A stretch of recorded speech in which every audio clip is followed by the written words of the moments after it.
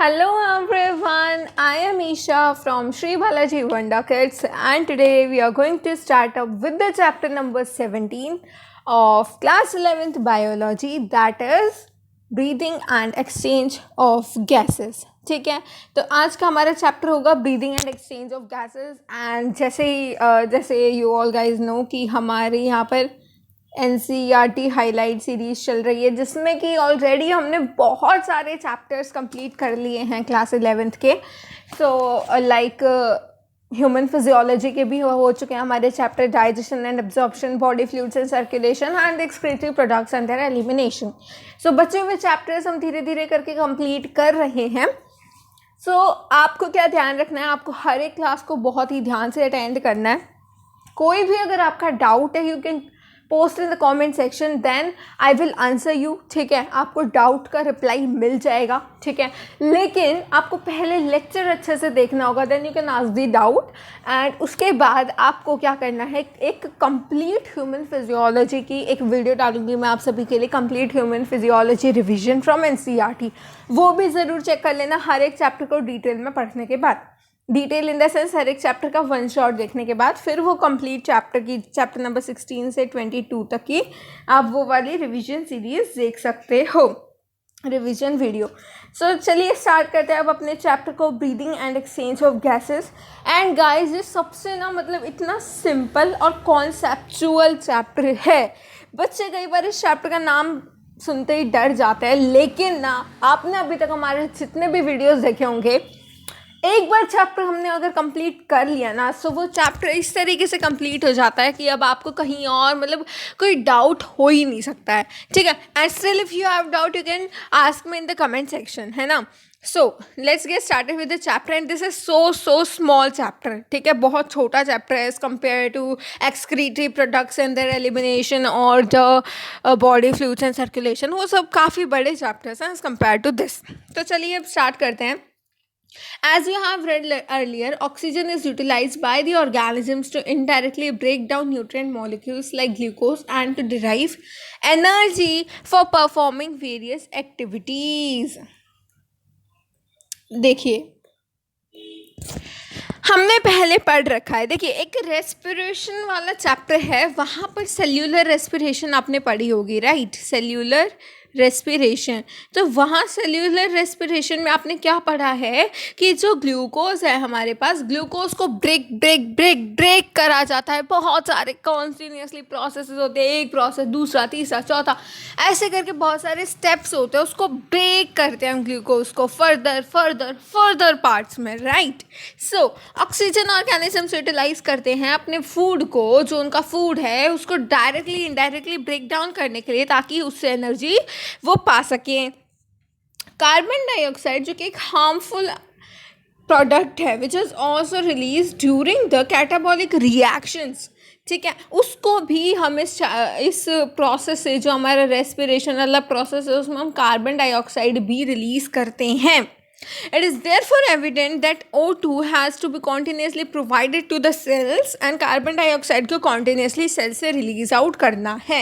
और ये प्रोसेस जिससे हम एक पर्टिकुलर सेल को continuously ऑक्सीजन दे रहे हैं एंड कार्बन डाइऑक्साइड ले रहे हैं, this is known as breathing, commonly known as respiration. So guys, यहाँ पर NCERT ने भी थोड़ा मिक्सअप कर दिया है ब्रीदिंग और रेस्पिरेशन को, कॉमनली नोन एज रेस्पिरेशन कह के, लेकिन ऐसा बिल्कुल भी नहीं है। ब्रीदिंग और रेस्पिरेशन का बहुत इतना बिल्कुल भी सेम प्रोसेस नहीं है, ब्रीदिंग और respiration.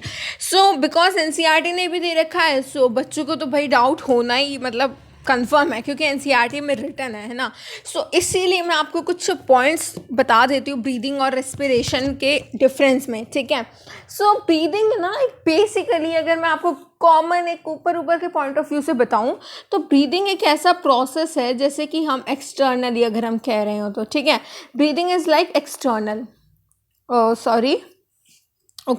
Breathing is like external process. And यहीं पर अगर मैं रेस्पिरेशन की बात करूँ, सो इट इज़ इंटरनल। अच्छा, मैं एक्सटर्नल और इंटरनल किस बेसिस पे कह रही हूँ? क्योंकि ब्रीदिंग ना ये एक्सटर्नल यानी कि सेल से या ऑर्गेनिज्म से ऑक्सीजन ली ऑर्गेनिज्म ने एंड कार्बन डाइऑक्साइड रिलीज कर दी. This is what breathing is. ठीक है. वैसे ही यहाँ पर मिक्सचर ऑफ गैसेस होता है. इस बात का ध्यान रखना कि हम बिल्कुल ऐसा नहीं है कि हम सिर्फ और सिर्फ O2 हमारी बॉडी ऑक्सीजन को सिलेक्ट कर दिया है एटमॉस्फेयर से कि हाँ ये ऑक्सीजन के मॉलिक्यूल्स हैं, बस मुझे यही इनटेक करना है, या फिर हमारी बॉडी से ये कार्बन डाइऑक्साइड के मॉलिक्यूल्स हैं, बस यही एक्सक्रीट आउट या फिर आप कह सकते हो रिलीज आउट करने हैं. ऐसा नहीं है. यहाँ पर भी मिक्सचर ऑफ गैसेस होता है, यहाँ पर भी. ठीक है. So this is breathing. Externally काम हो रहा है. बल्कि रेस्पिरेशन की अगर मैं बात करूँ तो रेस्पिरेशन में O2 ली, CO2 रिलीज करी, इसके बीच में जो प्रोसेसेस होते हैं, जो स्टेप्स होते हैं, वो पूरा प्रोसेस, इस पूरे को हम कहते हैं रेस्पिरेशन. ठीक है. सो ये बीच वाले प्रोसेसेस ना आज हम पढ़ने वाले हैं. ठीक है. सो आई होप कि ये बेसिक पॉइंट ऑफ डिफरेंस तो आप सभी को क्लियर हो गया क्या होता है. ठीक है. अब चलें आगे फर्दर पॉइंट्स पे. Okay. So the next point is कि ब्रीदिंग एक फिजिकल प्रोसेस है. ठीक है. ब्रीदिंग क्या है? Breathing is a physical process. Breathing is a physical process. And यहीं पर अगर मैं रेस्पिरेशन की बात करूँ so it is what? It is a bio chemical process. है ना? ये तो सभी को क्लियर है. नाउ नेक्स्ट, अब मैं अगर यहाँ पर ब्रीदिंग का एक और पॉइंट बताऊँ तो यहाँ पर कोई एनर्जी रिलीज नहीं होती है ना. ब्रीदिंग की अगर मैं बेसिकली बात करूँ तो O2 ली, मतलब ऑक्सीजन ली एंड कार्बन डाइऑक्साइड रिलीज कर दी, तो इसमें कोई एनर्जी तो हमें नहीं मिल रही है. रादर यहाँ पर एनर्जी यूज़ करी जा रही है. ठीक है. So you can write it as कि ब्रीदिंग में no energy is released, no energy is released, rather used. ठीक है. एंड यहीं पर रेस्पिरेशन क्योंकि एक बायोकेमिकल प्रोसेस है, यानी कि यहाँ पर प्रोसेसेस हो रहे हैं, तो यहाँ पर एनर्जी रिलीज होती है ATP की फॉर्म में. ठीक है. सो इतने पॉइंट्स भी काफ़ी हैं, लेकिन एक पॉइंट और मैं आपको ऐड करवा देती हूँ. ठीक है. वो भी एक सिंपल सा पॉइंट है. ठीक है. यहाँ पर अब देखो ये बायोकेमिकल प्रोसेस है और ये फिजिकल प्रोसेस है. तो फिजिकल प्रोसेस में तो कोई एंजाइम इन्वॉल्व नहीं होगी, तो यहाँ पर एंजाइम्स इन्वॉल्व नहीं है, बल्कि यहाँ पर एंजाइम्स इन्वॉल्व होती हैं. ठीक है. ये क्लियर हो गया. और एक और आप सुन सकते हो कि ये एक इंट्रा सेल्यूलर प्रोसेस है ना. इंट्रा सेल्यूलर यानी कि सेल के अंदर. लेकिन ब्रीदिंग की बात अगर मैं करूँ तो ये सेल के अंदर होने वाला प्रोसेस नहीं है, ये सेल के बाहर होता है.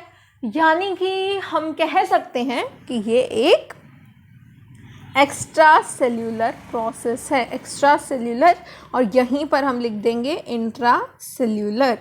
ठीक है. सो ये हमने कुछ पॉइंट्स लिख लिए. सो ये हो गए हमारे 5 पॉइंट्स. तो इनका आप स्क्रीनशॉट ले सकते हो जल्दी से. Okay. So now I am going to start with the chapter. ये मुझे ना मतलब बच्चों को बहुत ज़्यादा कन्फ्यूजन रहती है ब्रीदिंग और रेस्पिरेशन में. सो ये पॉइंट बिल्कुल ध्यान रखना that respiration is not synonymous to breathing. Very very very important. ठीक है. तो मैंने आपको पॉइंट्स बता दिए हैं. चलो जल्दी से रिवाइज करते हैं. ब्रीदिंग एक एक्सटर्नल प्रोसेस है, यहाँ किसी एंजाइम की रिक्वायरमेंट नहीं होती. कोई ये एक्स्ट्रा सेल्यूलर प्रोसेस है, सेल के अंदर नहीं होता. एक फिजिकल प्रोसेस है ये. ठीक है. Clear. Now talking about respiration, तो एक इंटरनल प्रोसेस है, यहाँ पर एनर्जी रिलीज होती है ATP की फॉर्म में. ये एक बायोकेमिकल प्रोसेस है और ये सेल के अंदर होने वाला प्रोसेस है, यानी कि इंट्रासेल्यूलर प्रोसेस है ना. एंड यहाँ पर क्योंकि बायोकेमिकल प्रोसेस है तो यहाँ पर बायोलॉजिकल एंजाइम्स इन्वॉल्व होती हैं. Clear. Now let's get started with the respiratory organs. तो जैसा कि हमने हर एक अपने ह्यूमन फिजियोलॉजी के चैप्टर में करा है, पहले हम ह्यूमंस का पढ़ने से पहले हम पढ़ते हैं दूसरे एनिमल किंगडम्स का. आई मीन एनिमल किंगडम्स में दूसरे एनिमल्स का. ठीक है. सो चलो यहाँ पर भी वही करेंगे. Mechanism of breathing vary among different group of animals depending mainly on their habitat and levels of organization. So this may also be asked as a question कि किस बेसिस पर ब्रीदिंग का मैकेनिज्म वेरी करता है. So first point is habitat के basis पर, and second कि उनकी लेवल ऑफ ऑर्गेनाइजेशन के बेसिस पर भी डिपेंड करता है कि वो किस तरीके का उनका ब्रीदिंग का मैकेनिज्म है। लोअर इनवर्टिब्रेट्स, अब दोबारा ध्यान देना यहाँ पर इनवर्टिब्रेट्स कहाँ है, ठीक है। लोअर इनवर्टिब्रेट्स लाइक स्पॉन्जेस यानी कि पॉरीफेरेंस, सीलेंट्रेट्स, फ्लैटवर्म्स, ये इन सभी में क्या होता है, दे exchange oxygen with CO2 bye simple diffusion. Simply यहाँ पर सिंपल डिफ्यूजन के प्रोसेस से एक्सचेंज हो जाती है oxygen and carbon dioxide over the entire body surface, ठीक है। सो ये किस किस में देखा हमने, पॉरीफेरेंस में, सीलेंट्रेट्स में, ठीक है। कहाँ क्या देखा हमने इन ऑर्गेनिजम्स में कि यहाँ पूरी बॉडी सरफेस पर ही क्या हो रही है, डिफ्यूजन हो रही है, ठीक है। पूरी बॉडी सरफेस के थ्रू डिफ्यूजन हो रही है, exchange of gases take place.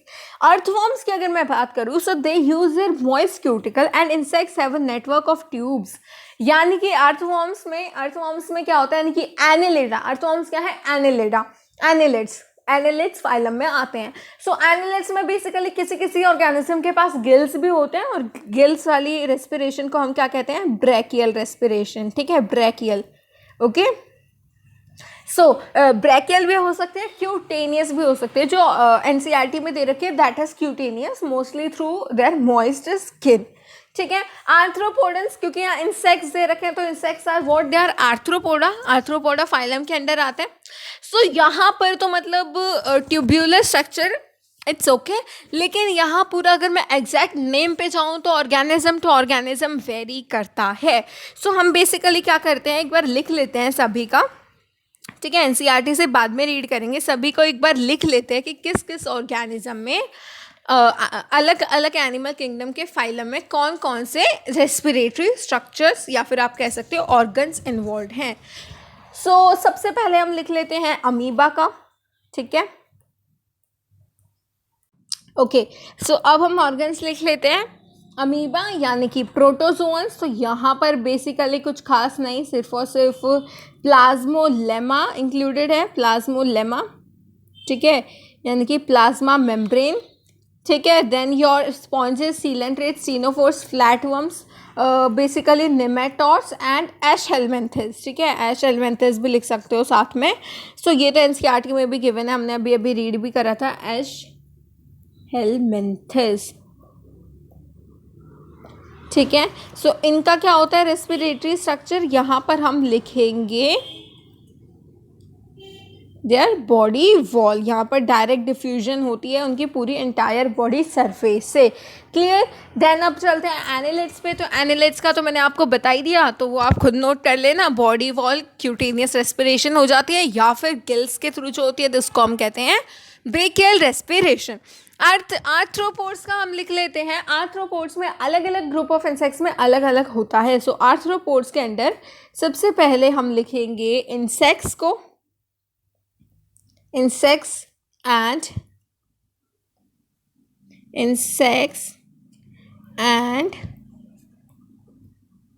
ticks, ठीक है। Then I talk about crayfish and prawns, ठीक है। सो इंसेक्ट्स का देख लो पहले, इनका तो ट्रेकिया ही है, ट्रेकियल रेस्पिरेशन, ठीक है। Then your crayfish and prawns का हो जाएगा गिल्स, ठीक है। सो ये भी आप स्क्रीनशॉट ले सकते हो जल्दी से, okay. Now I am removing this stuff, okay, ठीक है। सो अब देखो, अब हम लिखेंगे मॉलस्का। मॉलस्का में क्या होता है, मॉलस्का में बेसिकली गिल्स होते हैं, ठीक है, मॉलस्का फाइलम में भी। Then talking about your echinoderms, ठीक है, नेक्स्ट आते हैं एकाइनोडर्म्स। सो ये आपने ना हर एक चीज़ पढ़ रखी होगी एनिमल किंगडम चैप्टर में, लेकिन आप for a sake of revision मैं आपको लिखवा देती हूँ, ठीक है। अगर किसी ने नहीं पढ़ रखी या फिर अलग अलग आपने डिफ्रेंशिएट करके वहाँ पर नहीं लिख सके, सो यू कैन राइट, ठीक है। ओ एकाइनोडर्म्स तो हमने लिख दिया था, echinoderms done, mollusca done. Then remaining क्या है, वर्टिब्रेट्स। सो वर्टिब्रेट्स में तो आपको पता ही है, बहुत ज़्यादा एक डिस्टिंक्शन है। जो एक्वेटिक फॉर्म है उनके पास गिल्स होते हैं, एम्फीबियंस के पास, एम्फीबियंस का मैं लिखवा देती हूँ, एम्फीबियंस का तो लिख लेना, बहुत इंपॉर्टेंट है।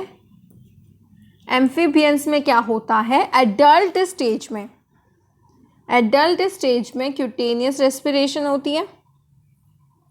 ये भी बेसिकली जब वो हाइबरनेशन के दौरान होती है, हाइबरनेशन एस्टिवेशन के दौरान, ठीक है। और अगर मैं बात करूँ जब वो सबमर्ज्ड है वाटर में, सो उनकी क्या होती है, बक्को फेरेंजियल रेस्पायरेशन। और लंग्स भी होते हैं उनके अंदर लैंड पे, ठीक है। एंड गिल्स होते हैं, एडल्ट की बात कर ली क्यूटेनियस रेस्पिरेशन, गिल्स होते हैं उनके, एम्फीबियंस की ही बात कर रही हूँ मैं लार्वल स्टेज पे, ठीक है। So this is all about amphibians. और लंग्स तो होते ही हैं, पल्मोनरी रेस्पिरेशन। तो अभी तक तो पूरा ओवरव्यू हमने ले लिया चैप्टर का। Now starting with the main points, human respiratory system, ठीक है। So we have a pair of external nostrils, ठीक है। We have a pair of external nostrils opening above the upper lips. It leads to a nasal chamber through nasal passage, ठीक है। अब देखो, जो nostrils हैं दे open about the upper lips, ये तो ठीक है, पता है हमें कि अपर लिप्स के ऊपर नॉस्ट्रल्स की ओपनिंग होती है, ठीक है। अब नोस्ट्रल्स का जो चैम्बर है, मतलब कि नोस्ट्रल्स जो है अब वो एनाटॉमिकली कहाँ पर जाके ओपन होंगे, nostrils will open into the nasal chamber. कहाँ से, नेसल पैसेज के थ्रू। तो सबसे पहले nostril will go to nasal passage, then to the nasal chamber. The nasal chamber opens into, ठीक है। अब ये जो नेसल पैसेज के बाद जो नेसल चैम्बर है ना, now it opens into नेसोफैरिंग्स। Pharynx के पार्ट आ रहे हैं बेसिकली, ठीक है। नेसोफेरिंग्स क्या है, it's a portion of pharynx, the common passage for food and air. Pharynx बताया यहाँ पे, फेरिंग्स क्या होता है, बहुत इंपॉर्टेंट है। Pharynx is a common passage for food and air. फेरिंग्स क्या है, common passage for food and air. Nasopharynx opens through the glottis of the larynx region into trachea. जो नेसोफेरिंग्स है ना, अब वो ग्लॉटिस रीजन जो होता है लैरिंग्स का, अब देखिए ग्लॉटिस क्या है, ग्लॉटिस बेसिकली आपने एपिग्लॉटिस पढ़ा होगा डाइजेशन वाले चैप्टर में। सो सबसे पहले हम एक बार पैसेज लिख लेते हैं, ठीक है। Okay, so external nostrils,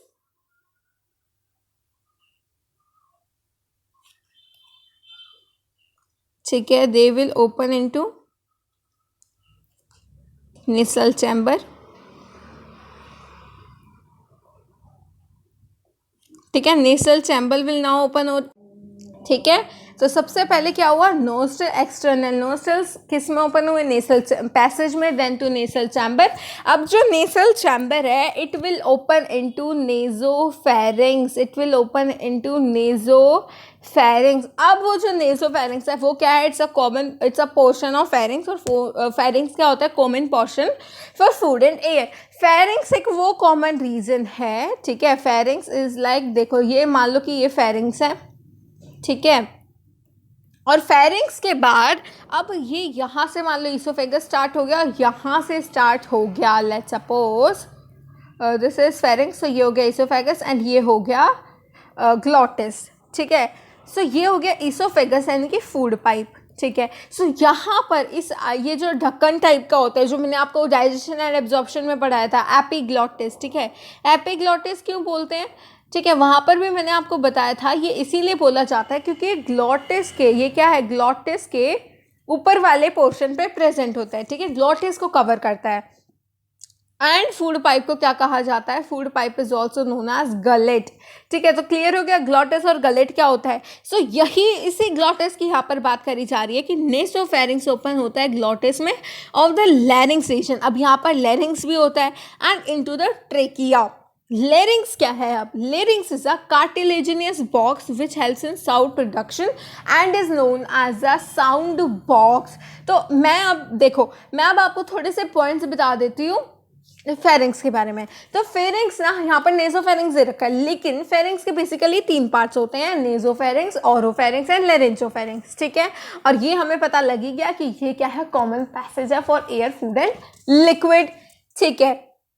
now sound box का clear, during swallowing glottis can be covered by a thin elastic cartilaginous flap, जो कि मैंने आपको बता ही दिया। ठीक है, ये एक फ्लैप क्या करता है, बेसिकली जैसे ही फूड यहाँ से एंटर करता है तो ये फ्लैप पहले ओपन रहता है, लेकिन जैसे ही फूड इस पर टच होता है हल्का सा भी तो ये फ्लैप क्लोज हो जाता है, जिसके कारण फूड डायरेक्टली ही फूड पाइप में चला जाता है, यहाँ पर एंट्री नहीं हो पाती फूड की। ठीक है, सो ये एक प्रोटेक्शन का काम करता है। Okay, now trachea is a straight tube extending up to mid thoracic cavity. ये भी याद रखने वाली बात है कि ट्रैकिया एक स्ट्रेट ट्यूब है that is extending up to mid thoracic cavity, जो कि फिफ्थ थोरासिक वर्टिब्रा वाले लेवल को दो पार्ट में, एक तरह से जैसे फिफ्थ थोरासिक जो वर्टिब्रा है ना, अब उसके बाद ट्रैकिया अपने आप को दो पार्ट में डिवाइड कर लेगी, राइट और लेफ्ट ब्रोंकाई। ठीक है, अब यहाँ पर हर एक जो ब्रोंकाई है, अब इससे पहले ये समझो ब्रोंकाई से पहले कि यहाँ पर ये सी शेप्ड क्या होती है, कार्टिलेजिनियस इस तरीके से रिंग्स प्रेजेंट होती हैं। अभी मैं आपको रीज़न बता देती हूँ कि सी शेप्ड क्यों होती है। सबसे पहले समझो कि रिंग्स यहाँ पर प्रेजेंट ही क्यों होती है, इसीलिए प्रेजेंट होती हैं ताकि कोलैप्सिंग ना हो पाए। किस कारण, देखो इंस्पिरेशन हो रही है तो इंस्पिरेशन के दौरान कहीं कोलैप्सिंग ना हो जाए, इस कारण ये कार्टिलेजिनियस रिंग्स प्रेजेंट होती हैं। एंड इट में भी आज एज अ क्वेश्चन कि कौन से कार्टिलेज की होती है, सो दिस इज हायालिन कार्टिलेज। ठीक है, हायालिन कार्टिलेज ये भी आप लिख सकते हो।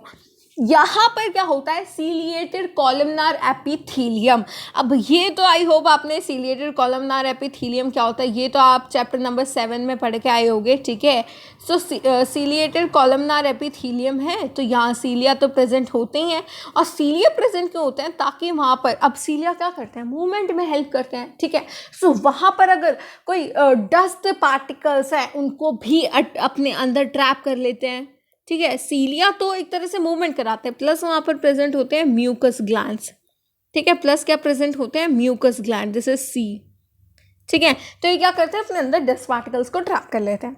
अब क्वेश्चन आता है कि ये सी शेप्ड क्यों है, पूरे में क्यों नहीं है इस तरीके से कार्टिलेजिनस रिंग हैं। तो देखो ट्रैकिया, और मैंने देखो पहले भी बताया था कि अगर ये ट्रैकिया है ना तो ट्रैकिया के पीछे ही क्या लोकेटेड है, फूड पाइप। तो अगर ये पूरे में इस तरीके से रिंग्स हो जाएंगी तो जो फूड आएगा वो आराम से जा नहीं पाएगा, इसीलिए ये रिंग सिर्फ और सिर्फ हाफ पोर्शन पे लोकेटेड है ताकि स्वेलोइंग। अब आप इसको 3D व्यू में देखोगे ना जब क्लियरली समझ आएगा। ठीक है, सो जब आप डिटेल वाले लेक्चर्स देखोगे ना तो वहाँ पर पूरे विजुअलाइजेशन के साथ समझा रखा है, तो आप उनको रिकमेंड कर सकते हो। ठीक है, सो ये क्या हो गया, C shaped cartilaginous rings present होती है। तो आई होप इतना आपको क्लियर हो गया है। ठीक है, सो अब ये जो ट्रेकिया है अब ये डिवाइड करता है इनटू 2 पार्ट्स। ठीक है, लेफ्ट और राइट ब्रोंकाई में and each bronchi undergo repeated divisions, repeatedly ऐसे डिवाइड करती रहती हैं। ठीक है, अब ये सेकेंडरी में and then secondary into tertiary इस तरीके से डिवाइड होती रहती है। फाइनली ये ब्रोंक्यूल्स में and ending up in a very thin terminal bronchiole. Trachea primary, secondary and tertiary bronchi, trachea primary, secondary and tertiary bronchi plus these bronchioles. ठीक है, initial bronchioles.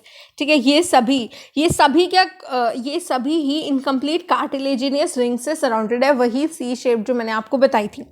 Each terminal bronchioles give rise to a number of very thin irregular walled and vascularized bag alveoli। ठीक है, अब ये जो terminal bronchiole है ना जहाँ पर आकर ये पूरा खत्म हुआ है ब्रांचिंग वाला पैटर्न।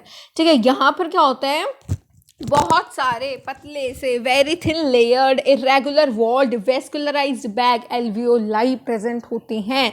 अब ये जो ब्रोंक्यूल्स का एल्वियोलाई का ये जो पूरा ब्रांचिंग नेटवर्क होता है, ठीक है, कहाँ पे होता है, लंग्स में होता है। We have 2 lungs which are covered by a double layered pleura membrane। ठीक है, प्लूरा डबल लेयर प्लूरा से कवर्ड है, प्लूरल फ्लूइड होता है उनके बीच में ताकि वो फ्रिक्शन को रिड्यूस कर सके।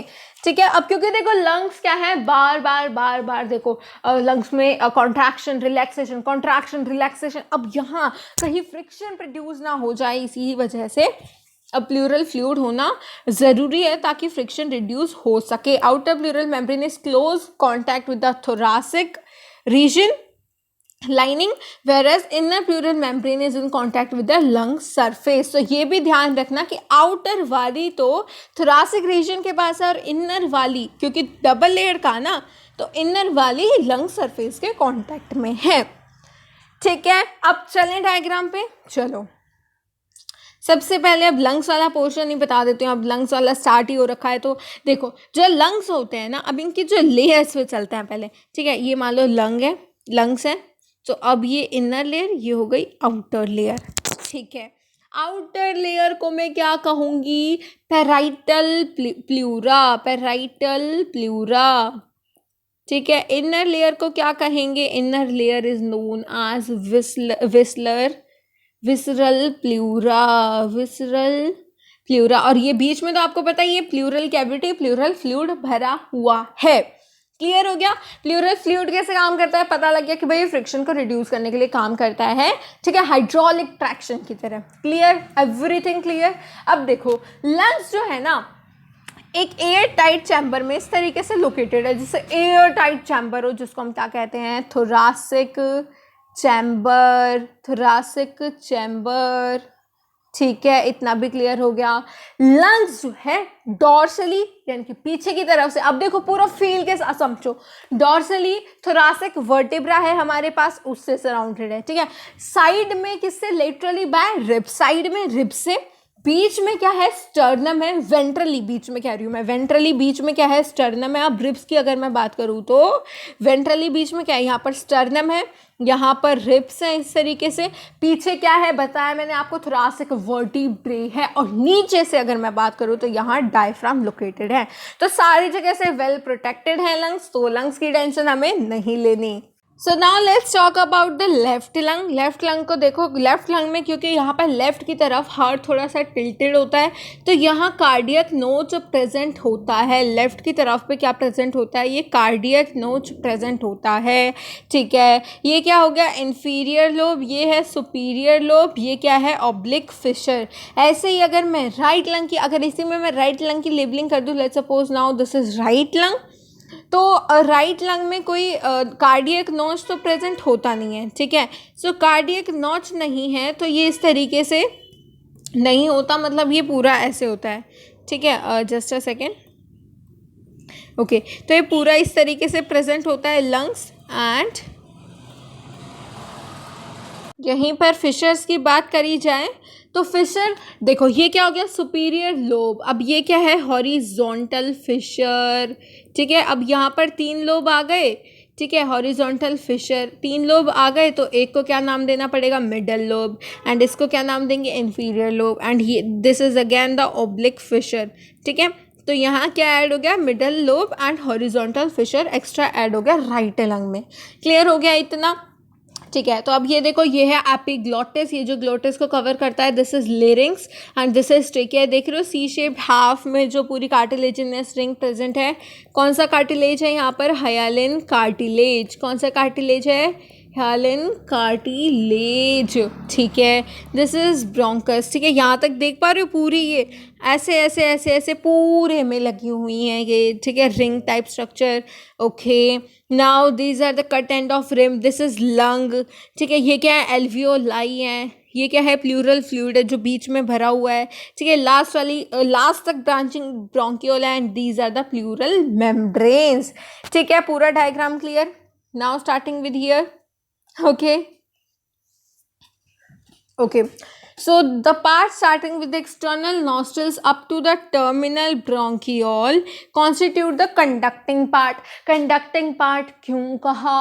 समझाती हूँ, जस्ट वेट. देखिए, जो एक्सटर्नल नॉस्ट्रल्स हैं वहाँ से लेकर पूरा टर्मिनल ब्रोंकियोल्स तक देखा अभी आपने स्ट्रक्चर में, वहाँ तक कंडक्टिंग पार्ट कहा. एंड अल्वियोलाई को और उनकी डक्ट्स को, उनको क्या कहा? Exchanging part of the respiratory system.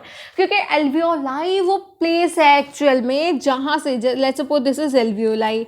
ठीक है, तो यहाँ से एक्चुअल यहाँ से डिफ्यूजन होने वाली है, ट्रांसपोर्ट एक्सचेंज ऑफ गैसेज होने वाला है. कंडक्टिंग जोन, ट्रांसपोर्टिंग जोन, वहां तक गैस ट्रेवल करके आई है, ऑक्सीजन, कार्बन डाइऑक्साइड जो भी है. ठीक है, conducting part transports the atmospheric air to the alveoli. ठीक है, just a second. Okay, clears the it from foreign particle. अब क्या क्या फंक्शन है कंडक्टिंग पार्ट के वो यहाँ पर दे रखे हैं, जो कि ऑफकोर्स आपको याद करने हैं। ठीक है, सो याद रखोगे कि कंडक्टिंग पार्ट क्या करता है, फॉरेन पार्टिकल्स को रिमूव कर देता है, ह्यूमिडिफाई कर देता है, and also bring the air to body temperature. तो ये सारे किसकी कौन करता है, किसके कारण हो पाते हैं, कंडक्टिंग पार्ट के कारण। एक्सचेंज पार्ट क्या है, साइट ऑफ एक्चुअल डिफ्यूजन है, ये अभी मैं आगे आपको समझा दूंगी अच्छे से। लंग्स क्या है, situated in the thoracic chamber which is anatomically an air tight chamber. बताया था मैंने आपको, thoracic chamber is formed dorsally. देखो ये पूरा मैंने आपको समझा दिया है, ठीक है। Anatomical setup of lungs in the thorax is such that any change in the volume of thoracic cavity is reflected in the lungs। ये समझाऊंगी अभी जब हम पढ़ेंगे ना मैकेनिज्म ऑफ ब्रीथिंग, जब ये पूरा क्लियर हो जाएगा ये वाला पोर्शन, ठीक है। यहाँ से इसी अरेंजमेंट की वजह से हम जो है ब्रीथ कर पा रहे हैं properly. This arrangement is essential for breathing as we can not directly alter the pulmonary volume. ठीक है, क्लियर हो गया। Now let's get started with the respiration के स्टेप्स। ठीक है, so first step is breathing और pulmonary ventilation by which atmospheric air.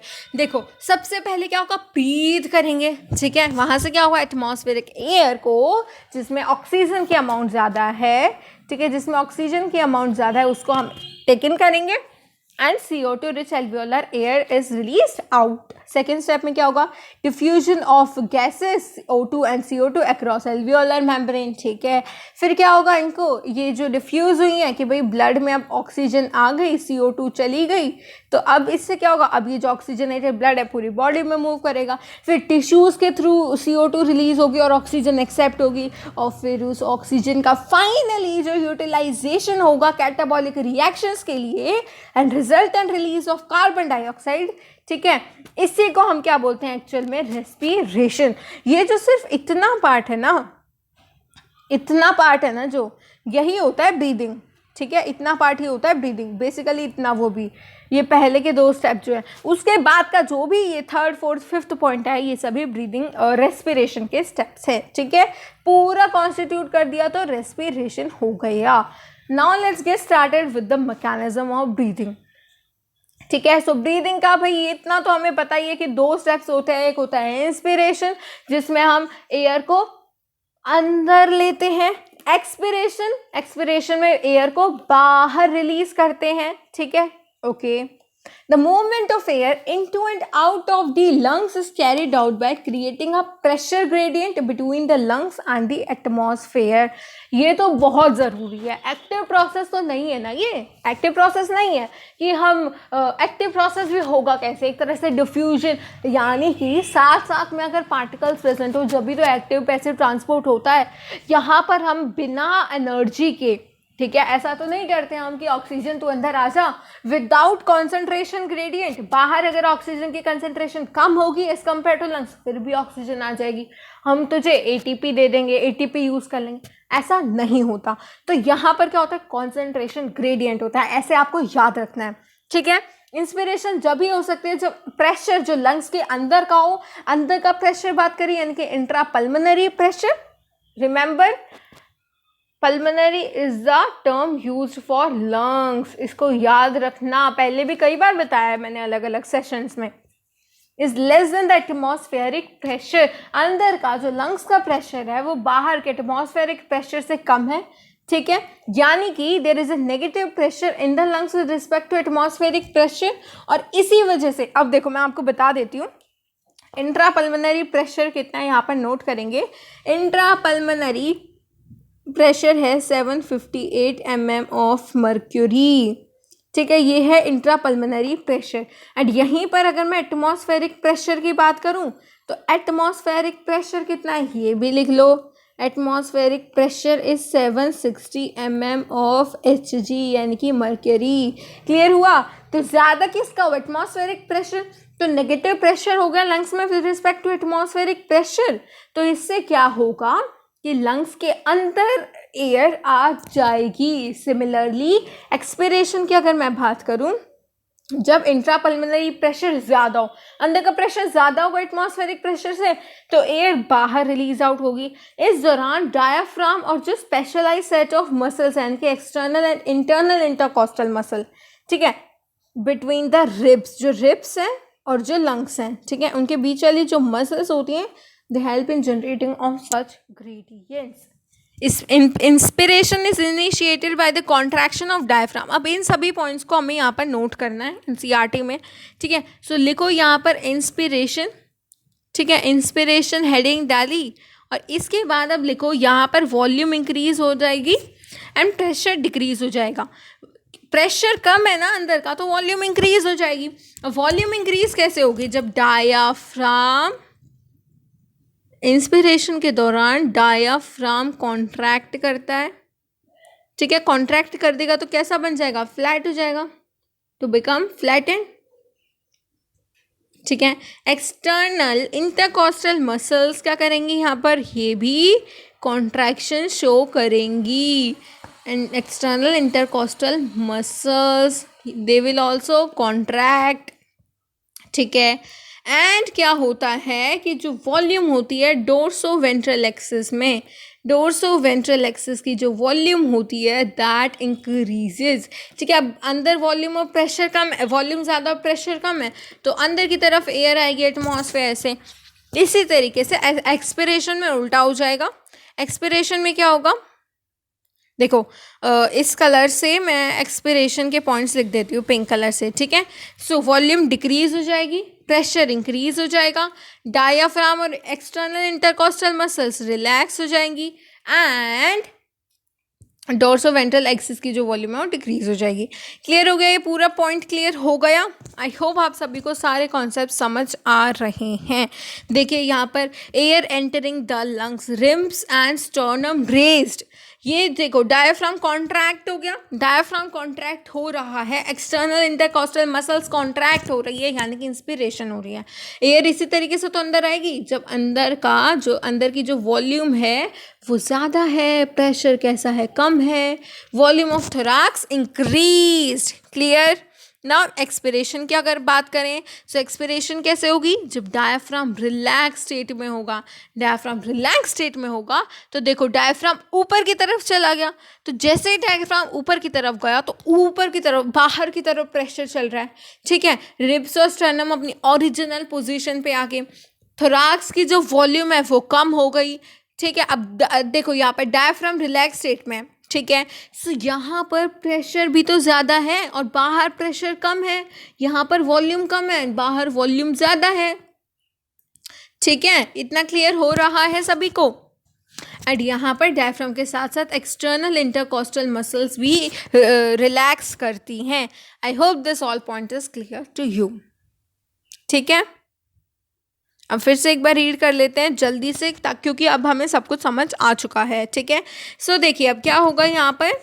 Expiration takes place when the intrapulmonary pressure is higher than the atmospheric pressure. ये तो clear है कि भाई lungs के अंदर का प्रेशर अगर ज़्यादा होगा जब ही तो बाहर रिलीज होगा, एयर रिलीज होगी. डायफ्राम और स्पेशलाइज सेट ऑफ मसल्स यानी कि एक्सटर्नल और इंटरनल जो इंटरकॉस्टल मसल्स हैं ये इंग्रेडिएंट्स को मेंटेन करते हैं, ठीक है. इंस्पिरेशन कैसे होगी? डायफ्राम की कॉन्ट्रैक्शन से, जो कि वॉल्यूम कॉन्ट्रैक्शन कैसे होती है? बेसिकली नीचे की तरफ हो जाता है डायफ्राम, एंड रिलैक्सेशन ऊपर की तरफ. इस तरीके से हो जाता है डायफ्राम रिलैक्स स्टेट में, ठीक है. सो उस तरीके से वॉल्यूम में चेंजेस आते हैं. Contraction of external intercostal muscle lifts up the ribs and the sternum, causing an increase in the volume of the thoracic chamber in the dorsoventral axis. Overall increase in the thoracic volume causes a similar increase in the pulmonary volume. यानी कि thoracic volume में जितना increase होगा उतना ही increase pulmonary volume में भी होगा, ठीक है. और जैसे ही पल्मोनरी वॉल्यूम में इंक्रीज होगा वैसे ही इंट्रापल्मोनरी प्रेशर डिक्रीज हो जाएगा to less than the atmospheric pressure which forces the air from outside to move into the lungs. यानी कि यहाँ पर अब क्या हो गया? इंस्पिरेशन का प्रोसेस पूरा हो गया. कैसे होता है? I hope it's clear to you guys. Relaxation. अब स्टार्ट करते हैं एक्सपिरेशन का प्रोसेस, ठीक है. So relaxation of the diaphragm and the intercostal muscles return the diaphragm and sternum to their normal position. Relax हो गई यानी कि डायफ्राम, क्योंकि मैंने आपको बताया था कि रिलैक्स कैसे होता है, इस तरीके से होता है डायफ्राम, और कॉन्ट्रैक्टेड स्टेज में थोड़ा फ्लैट हो जाता है, ठीक है. सो क्योंकि देखो अब कभी भी कोई भी आप लोगों को ये बताता है कि डायफ्राम कैसा होता है तो डोम शेप्ड कहा जाता है. तो डोम शेप्ड यानी कि रिलैक्स स्टेट में डोम शेप्ड होगी, तो डोम शेप्ड यानी कि ऊपर चला गया, फ्लैट स्टेट यानी कि नीचे आ गया. तो इस वजह से यहाँ की वॉल्यूम डिक्रीज हो जाती है. ऐसे बेसिक सिंपल तरीके से याद कर सकते हो आप, ठीक है. जैसे ही डायफ्राम और स्टर्नम अपनी नॉर्मल पोजीशन पे आए तो थोरासिक वॉल्यूम डिक्रीज हो गई यानी कि पल्मोनरी वॉल्यूम डिक्रीज हो गई. पल्मोनरी वॉल्यूम डिक्रीज हो गई तो फिर इंट्रापल्मोनरी प्रेशर इंक्रीज हो गया एटमॉस्फेरिक प्रेशर से, causing the expulsion of air from the lungs यानी कि एक्सपीरेशन हो गई. Clear. We have the ability to increase the strength of inspiration and expiration with the help of additional muscles in the abdomen. तो वो additional muscles कहाँ पर हैं, abdomen में है. ऑन एन एवरेज ये डाटा याद रखोगे, a healthy human breaths 12 to 16 times per minute. ठीक है, ये डाटा याद रखना है, 12 to 16 times per minute. Very important. The volume of air involved in breathing movement can be estimated by using a spirometer. लेकिन ये बात ध्यान रखना कि स्पाइरोमीटर इंस्ट्रूमेंट है, लेकिन क्या हम इससे रेसिडुअल वॉल्यूम कैलकुलेट कर सकते हैं? नहीं, रेसिडुअल वॉल्यूम हम कैलकुलेट नहीं कर सकते क्योंकि वो एयर कभी बाहर आती ही नहीं है. इसीलिए total lung capacity and functional residual capacity ये कभी भी कैलकुलेट हम अप्रॉक्सीमेट मतलब बिल्कुल एग्जैक्ट कैलकुलेट नहीं कर सकते. और एक बात का और ध्यान रखना, जो कि देखो मैंने आपको जब excretory products and their elimination पढ़ाया था ना, उस टाइम मैंने आपको बताया था 180 litres per day carbon dioxide release होती है, 180 लीटर्स पर डे. ठीक है, ये आपको पता होना चाहिए, CO2 रिलीज्ड. ठीक है, clear. Now coming on to, अगर देखो फोर्स एक्सपिरेशन इंस्पिरेशन की बात करी थी, तो फोर्स एक्सपिरेशन में क्या होगा, देखो एक्सपिरेशन हो रही है यानी कि वॉल्यूम कम और प्रेशर ज़्यादा है. डायाफ्राम जो है, diaphragm and external intercostal muscle ये क्या करेंगी, रिलैक्स करेंगी. ठीक है. And what happen to abdominal muscles, abdominal muscles को क्या होगा, एब्डोमिनल मसल्स प्लस जो इंटरनल इंटरकॉस्टल मसल्स हैं ये सभी कॉन्ट्रैक्ट करेंगी. किस दौरान, फोर्सफुल एक्सपिरेशन के दौरान. तो ये लाइन आप नोट कर सकते हैं, एक्सपिरेशन. ठीक है, ये आप पॉइंट नोट कर सकते हैं NCERT में. Clear. Now talking about the respiratory volumes and their capacities. तो ये बहुत ही बेसिक है, जस्ट आपको याद करने वाला कॉन्सेप्ट है पूरा. ठीक है, तो हमारे पास एक बात और ध्यान रखना, 500 मिलीलीटर जो वॉल्यूम होती है उसमें से 150 ml कंडक्टिंग जोन में, कंडक्टिंग जोन और रेस्पिरेटरी जोन पढ़ाया था मैंने अभी आपको. तो कंडक्टिंग जोन में 150 लीटर रहती है, मिलीलीटर रहती है. This is okay, just a second. Yes, millilitre करा भी हमने उसको. So this is what, this is conducting zone. ठीक है, कंडक्टिंग जोन में 150 मिलीलीटर और इसी को हम क्या कहते हैं, डेड स्पेस. ठीक है, डेड स्पेस. एंड 350 मिलीलीटर रहती है किसमें, 350 मिलीलीटर रहती है हमारे रेस्पिरेटरी जोन में. इसको क्या कहते हैं, एल्वियोलर वेंटिलेशन, एल्वियोलर वेंटिलेशन. ठीक है, okay, I hope it's clear to you. So tidal volume क्या है, वॉल्यूम ऑफ एयर इंस्पायर्ड और expired during a normal respiration. कितनी वॉल्यूम बिल्कुल नॉर्मली जो हम एयर इनटेक और एक्सपायर करते हैं ना, इंस्पायर और एक्सपायर करते हैं कितनी नॉर्मल रेस्पिरेशन के दौरान, दैट इज़ अराउंड 500 मिलीलीटर. इसी का मैंने आपको बताया था कि 150 मिलीलीटर रहता है डेड स्पेस में एंड 350 मिलीलीटर रहता है रेस्पिरेटरी जोन में. ठीक है, in a healthy man. A healthy man can inspire or expire approximately 6,000 to 8,000 milliliter of air per minute. ठीक है, ये भी याद रखना है. Now talking about inspirated reserve volume, तो ये बात ध्यान रखना कि टाइडल वॉल्यूम कितनी होती है, 500 मिलीलीटर. इंस्पिरेटेड रिजर्व वॉल्यूम क्या है कि भाई एक पर्सन जो फोर्सिबल इंस्पिरेशन करता है, फोर्सफुल, तो उसमें क्या कर सकता है, 500 से 2500 से 3000 मिलीलीटर ऑफ एयर इनटेक हो सकती है. एक्सपिरेटेड रिजर्व वॉल्यूम में क्या होगा, एक्सपायर कर रहे हैं फोर्सफुली, तो वहाँ पर 1000 से 1100 मिलीलीटर ऑफ एयर तक हम एक्सपायर कर सकते हैं. रेसिडुअल वॉल्यूम वही जो मैंने आपको बताया था, जो कि हमेशा लंग्स में प्रेजेंट रहती है, जो कभी भी बाहर रिलीज नहीं होती, कितनी भी आप फोर्सफुल एक्सपिरेशन कर लो.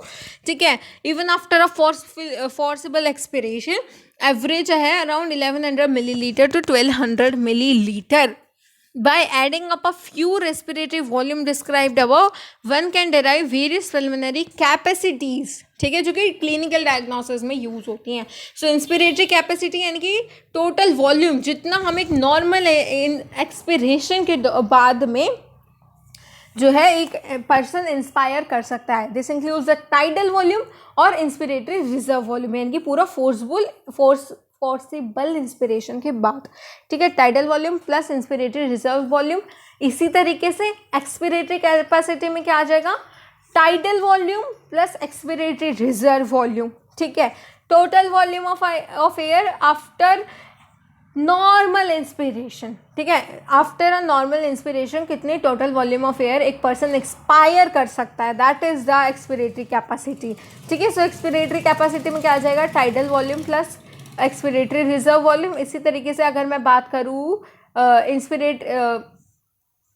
इंस्पिरेटरी कैपेसिटी की, so that is tidal volume plus inspiratory reserve volume. Functional residual volume या फिर कैपेसिटी. फंक्शनल रेसिडुअल कैपेसिटी क्या होती है, volume of air that will remain in the lungs after a normal expiration. This includes ERV plus RV, यानी कि normal expiration बिल्कुल आराम से एक्सपायर किया तो उसमें क्या होगा, ERV यानी कि जो फोर्सफेबल एक्सपिरेशन के बाद जो वॉल्यूम रिलीज हुई थी, प्लस रेसिडुअल वॉल्यूम तो हमेशा ही रुकेगी, है ना, मतलब लंग्स में रहेगी. वाइटल कैपेसिटी की अगर मैं बात करूँ, so the maximum volume of air person can breathe in after a force expiration, मतलब पूरे फोर्स तरीके से एक्सपायर करा है उसके बाद कितनी अमाउंट ऑफ एयर हम मैक्सिमम वॉल्यूम जो ले सकते हैं. This includes ERV, TV and IRV, और the maximum volume of air of person can breathe out of a force inspiration. Total lung capacity में सब कुछ इंक्लूड है, residual volume, expiratory reserve volume, tidal volume and inspiratory reserve volume, और you can simply say as vital capacity plus residual volume, है ना, क्योंकि vital capacity में सारे पॉइंट्स आ गए, ERV plus TV plus IRV, है ना. तो इसके अलावा बस क्या ऐड करना है हमें, रेसिडुअल वॉल्यूम. ठीक है, सो इसके बाद का जितना भी पार्ट बचा हुआ है एक्सचेंज ऑफ गैसेस का, this we will cover in the next part. ठीक है, this is a very small chapter, तो नेक्स्ट पार्ट में आसानी से हम कवर कर सकते हैं. तो आई होप आपको अभी तक का पूरा पार्ट अच्छे से क्लियर हो गया. ठीक है, सो ये डायग्राम आपको अच्छे से याद रखना है. सो क्वेश्चंस कैसे आ सकते हैं वो मैं आपको फिर से एक बार बता देती हूँ. देखो, क्वेश्चंस आ सकते हैं कि आपको ऐसे दे दिया, ठीक है, यही है NCERT का डायग्राम, बस इनके बजाय आपको यहाँ पर क्या दे दिया गया, डैश बनाकर दे दिए गए. ठीक है, यहाँ पर डैश डैश डैश. ठीक है, इस तरीके से आपके क्वेश्चंस आ सकते हैं. सो इस तरीके के क्वेश्चंस के लिए भी ऑलवेज बी प्रिपेयर्ड. ठीक है, सो मिलते हैं नेक्स्ट वीडियो में. तब तक के लिए keep revising and keep learning. Don't forget to like, share and subscribe the channel.